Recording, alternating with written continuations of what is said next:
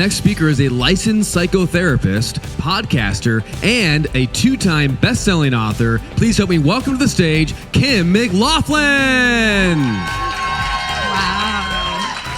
Hi. I'm 8 years old, and somehow I learn that my family is being disrupted. My parents decided to get a divorce. I don't remember them telling me this.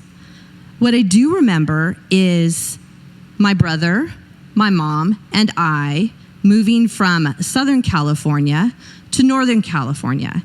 I remember the adventure of driving there, of getting to the new apartment, and not having any furniture. It felt like a kid's dream.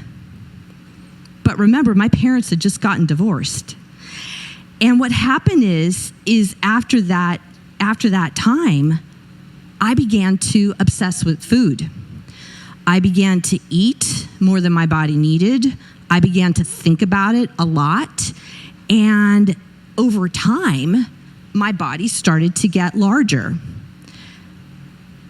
And it got noticeable. Had to buy larger clothes. I would get teased about it.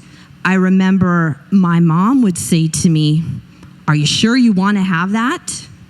And I'd think, "Yeah, that's why I'm eating it. What do you think?" Of course I do. But what I learned from that was that I needed to manage what I was eating. And I felt ashamed. What I ended up doing was eating in secret. So rather than being asked, "Are you sure you want that?" I would just go around the corner and hide it and get it and eat it. What we know is that when bodies get larger, people start noticing, and then there's talk of dieting. What happened for me was, I remember we went out to dinner. I was probably about 10 years old, and we ordered what's called a diet plate. And a diet plate is a hamburger patty, nothing else, and cottage cheese. I'm 10 years old. I'm a kid eating that. And it didn't taste very good, but it was what I had going out to eat. I don't eat cottage cheese anymore because of that.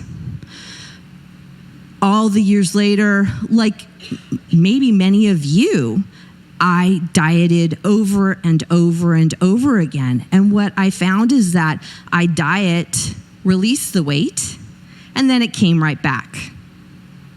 Classic. Diet, release the weight, it comes back. And it happened over and over again.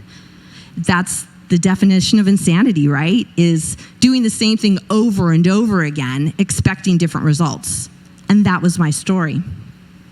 It really came crashing down when, right before my wedding, I decided to go on another diet. And I remember opening up the trunk of my car, and within the trunk was all of these boxes of powdered food, a food, quote unquote.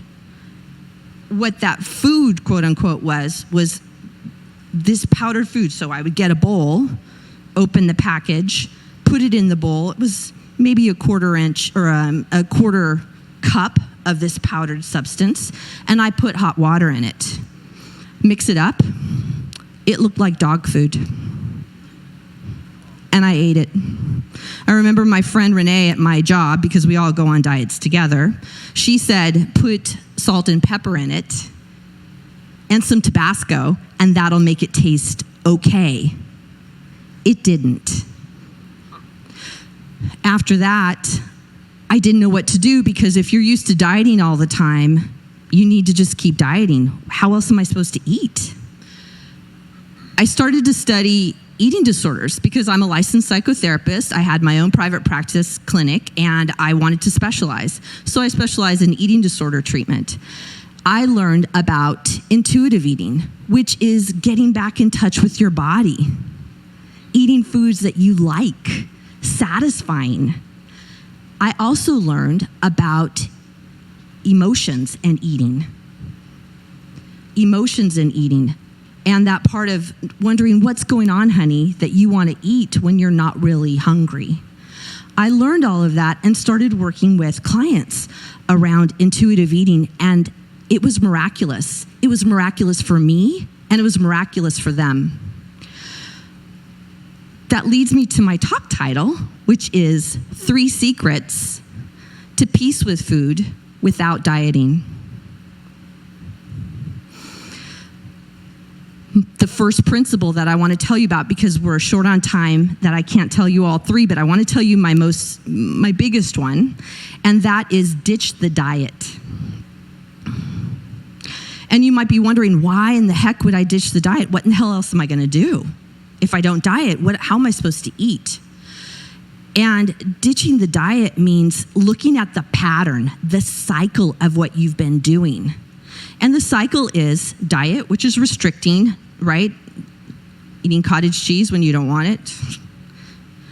And what happens is over time, if you restrict enough, the cycle then goes to binging, overeating, eating when you're not hungry, eating more than you want, eating to overfull and feeling horrible. And then the cycle goes to shame. Shame. Shame is that part of hating yourself. I didn't mention that part in my story, but that's how I felt about myself, that I'm not good enough, I'm not okay, I'm not worthy because of how I eat and my size. No matter if my size was larger or smaller, I always had this sense of self-hatred. And that is that shame of not liking who you are and not being okay with yourself. So what do we know how to do when we feel that shame? Remember, we're in the cycle. We go back up to the top. We go back up to the top and we start dieting again, because that's literally all we know. I want you to consider that if you have been on a diet and how that works for you. And I want you to consider getting off of that, hopping off of that cycle, because I know it's hard. Because if this is how you manage your food, you don't know what else to do. But first, we've got to acknowledge that there's a problem. Ditch the diet. What I invite you to do is tonight, just start looking at times where you think about restricting food, or not wanting to eat that, or I shouldn't eat it, or I feel bad for eating this. This is bad food. And just start noticing it, noticing what labels you're putting on it, to start pulling off of that cycle that we're talking about, because that's the first point in pulling out and doing something different. So just consider that tonight and start noticing if you go into that diet mindset.